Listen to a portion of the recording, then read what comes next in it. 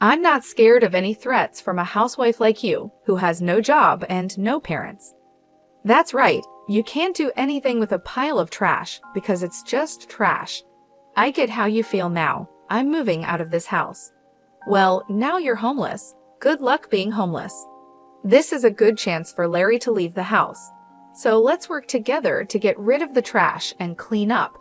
They went to Larry's room and told him to pack up his stuff and leave. I was planning to leave by myself, but I didn't think Larry would get kicked out too. My name is Lauren. I'm 29 years old, and I'm a housewife. I recently married a man named David. He's 33 years old, 4 years older than me. At first, I thought he was mature and calm like an older man. Since he often talked about his mother, I thought he was a good man who cared about his family. But after we got married, I saw my husband's true personality. On our wedding day, my mother-in-law was very nice to me, and I thought we would have a very happy marriage. My husband asked me to live with his mother after we got married because my father-in-law had passed away a few years ago. He said he wanted to stay close to his mom. I thought my mother-in-law was trustworthy, so I agreed to move in with her. But as soon as we got married, both my mother-in-law and my husband changed. They would say, "Hey Lauren, hurry up and bring me tea," and clean the bathroom and toilet quickly. My mother-in-law would shout at me and give me orders like that. Maybe she wants to scare me, or it's just because of her age. She would call me loudly and make me do all sorts of chores. The biggest surprise was finding out about my roommate, whom no one had told me about, when I woke up the other day. I was surprised to find a man I didn't know in the kitchen. I froze, wondering who he was. He noticed me and said, "I'm Larry, David's younger brother."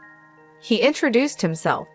I had never been told that David had a brother, let alone a roommate, so that was a shock. Larry is 30 years old, the same age as me. I went to my mother-in-law and asked her to introduce me to my brother-in-law. She said, "Oh, you mean Larry? Don't worry about him. He's just a reclusive ghost." I was surprised. How could she not care about her own son? She called him a ghost and said she was happy with just David. She said Larry was just a useless hermit who only went out for shopping and stayed home the rest of the time. I was shocked by her words. I felt disappointed in my mother-in-law and couldn't believe how much she had changed since we got married. It was sad to see her discriminate against her own son. I am an only child and have no siblings, so I couldn't compare. I would be shocked if my own mother said such things about me or ignored me. My parents are already dead, and I envy families that are alive and together. I hoped that at least parents and children could get along. I asked my husband about Larry when he got home from work. I thought maybe brothers could get along, but my husband was cold. He said, "Leave him alone. Just pretend he doesn't exist. He won't harm you." He said it dismissively, as if he had forgotten to mention it. I was disillusioned by how he called his own brother heir. My husband had no family memories or anything. He was just a mama's boy. I finished my chores for the day and went upstairs, feeling regret about my marriage. Then I bumped into Larry, who was just going to the bathroom. "You married my brother, didn't you?" Larry said to me.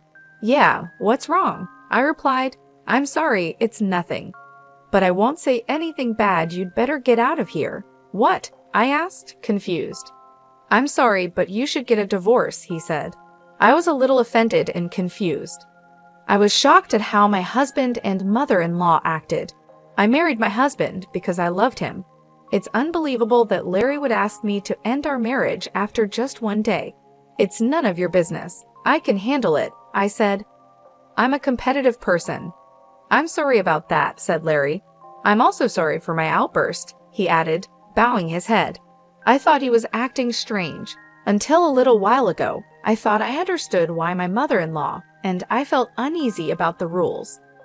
He apologized so politely that I'm not sure if he really meant it. Maybe he was just trying to be nice and warn me. As I was thinking about that, Larry said, "Excuse me," and went into his room. My mother-in-law and husband say my brother-in-law is a strange recluse, but to me, he seems like a decent person who deserves respect. The next day, while I was putting breakfast on the table, Larry came down to get a drink. I said, "Good morning, Larry. Why don't you join us for breakfast?" "Good morning, Lauren. Thank you for asking," Larry replied, glancing at his mother. "I'm not eating breakfast with him." "Just get the breakfast done," she yelled at me. "It's okay," Larry said quickly and went back to his room. I wanted to apologize for my strong words yesterday, but I couldn't do it. Hey, all you have to do is housework. Don't do anything unnecessary, okay? My mother-in-law gave me a fierce glare. I was stunned by her harsh attitude. Even though I was the bride, I didn't expect this kind of treatment, and my husband's behavior toward me changed drastically. "What the heck? Today's menu is curry.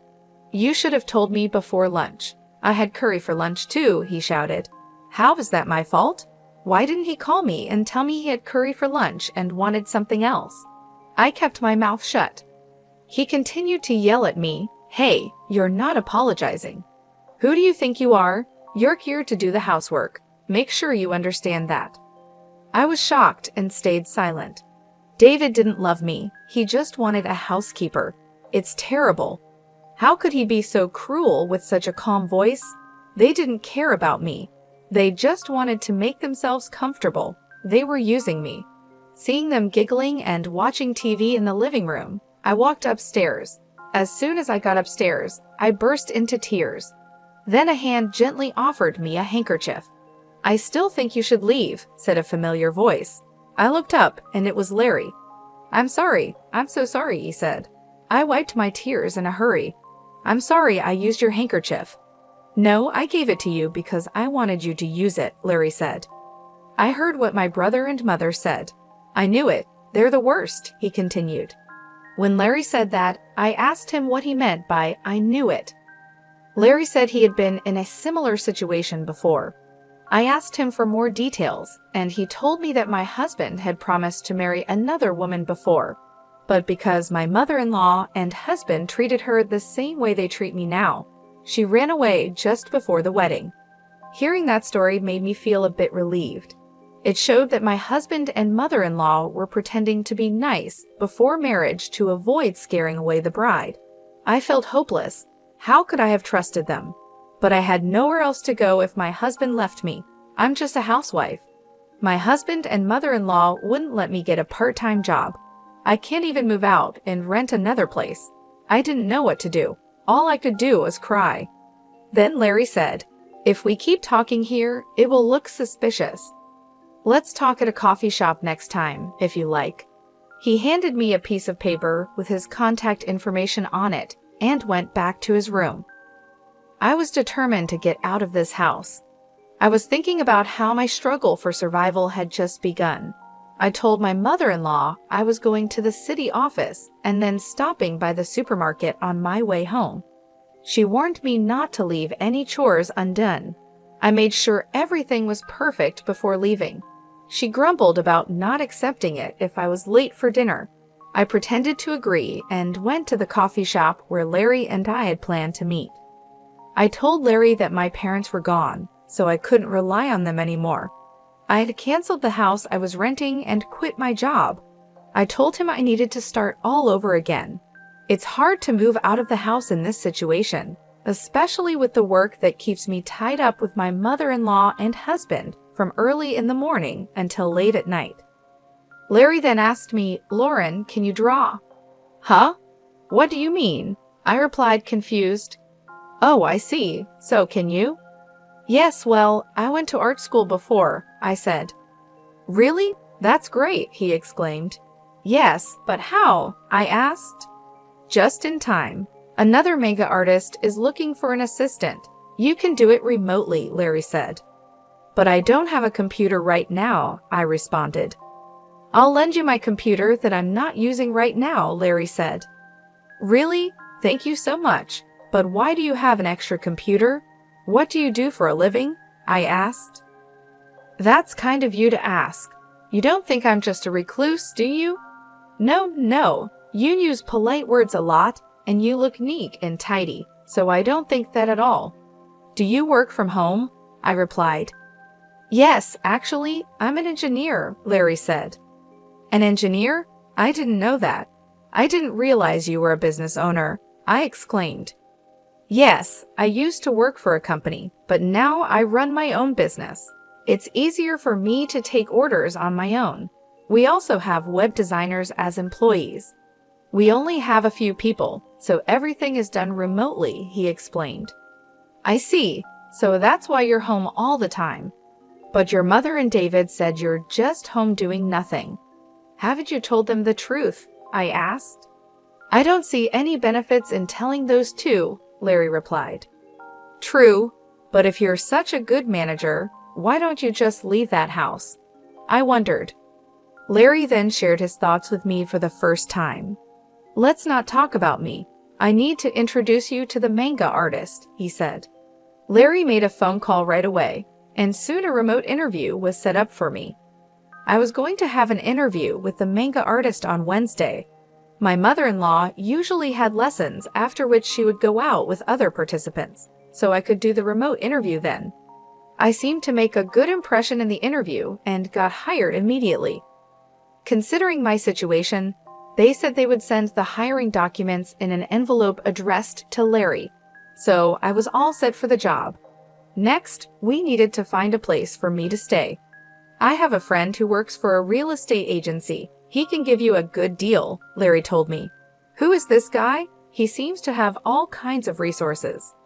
Our search for a new place to stay went well, and we were able to sign a contract for a place that met my needs. Just when everything was starting to go smoothly, I had a fight with my husband one day. Hey, where's dinner? My husband woke me up while I was sleeping in the bedroom. He was a bit drunk, like he had just come home from drinking. Dinner? It's midnight. Besides, you said you didn't want to eat because you were going out for drinks, I said. Shut up. The king is home, and you don't even get up to greet him. Now you say you didn't make dinner? You're a bad wife, so useless. His words made me really angry. Do you have any idea how hard I've been working with your mother for you? How can you act so superior to me? That's because you're my wife. A wife should support her husband, and your job is to take care of the house. If you can't do your chores, don't go against me. A wife who can't do the housework is just like trash. As my husband said this, I heard the door open. My mother-in-law left in an awkward way. You're just like trash. Larry is also trash, and this place looks like a dump, my husband sneered as my mother-in-law agreed. Yes, let's take out the oversized trash, he added. What did you just say? I asked him. He opened the drawer and pulled out a piece of paper. This is what I mean. It's a divorce paper. You're no good to me anymore. I'm going to find another wife who can take your place. That's why I'm divorcing you. Get out of my house. You're disgusting. You think your wife is just a slave. The best wife is one who acts like a housekeeper. Don't you worry about saying things like that. I hope you regret what you just said one day, I replied. What are you trying to say? I'm not afraid of any threats from a housewife with no job and no parents like you, he laughed. My husband and my mother-in-law laughed together. That's so true. You can't do anything about it because you're just trash. Well, I understand how you feel now. I'm going to move out of this house. I said that and signed the divorce papers. Then I left. I put the divorce papers in my bag and started to pack my stuff. My mother-in-law and husband watched me with grins on their faces. Now you're homeless. What on earth are you going to do now? Well, it's none of our business anymore. Good luck, homeless lady. Oh, and Larry, this is a good time for him to get out too. Yeah, let's take out the trash and clean this place up. After we get rid of him, we'll tear down the wall and make it bigger and more comfortable. My husband and mother-in-law were already talking about what they would do after we were kicked out. Then they went to Larry's room and told him to pack up his belongings and leave. I was planning to leave anyway, but I never thought they would kick Larry out too. I kind of regretted letting my emotions take over and having a fight with my husband. I'm sorry, Larry. It's my fault. No, don't worry about it, Larry said. I already realized I can't live with them anymore. Besides, I have other things I'm interested in. Maybe it was lucky we had that fight, he smiled. It seemed like Larry wasn't bothered by leaving, which made me feel a bit better. 5 days later, on Wednesday, when my mother-in-law was out of town, Larry and I called a moving company and moved out. After we finished moving, my mother-in-law called my new place. Don't worry, we have already left, I said. Larry came with you, didn't he? She asked. Yes, we moved out together. I'm glad I don't have to see you guys anymore, she said happily and hung up. But what she didn't know was that Larry and I were planning revenge. I managed to move my belongings and start a new life just in time. Thanks to Larry, I got a lot of money for my husband in the divorce. Larry had recorded what my husband and mother-in-law said during the fight. Their words were considered harassment, which helped prove the divorce was my husband and mother-in-law's fault. I was able to claim a lot of money as revenge on my husband. Larry's friend, a lawyer, helped me get the alimony. My husband was shocked and accepted the payment. I was really grateful for Larry's help and decided not to mention it anymore. A few days later, I got a lot of phone calls from my ex-mother-in-law. It felt like a demon knocking at my door. I realized I had forgotten to block her number, so I had no choice but to answer the phone. Lauren, where are you? She demanded. There's no way I'll tell you that. We're strangers now, I replied. Please don't say that, she begged. I'm calling because, where's Larry? She asked.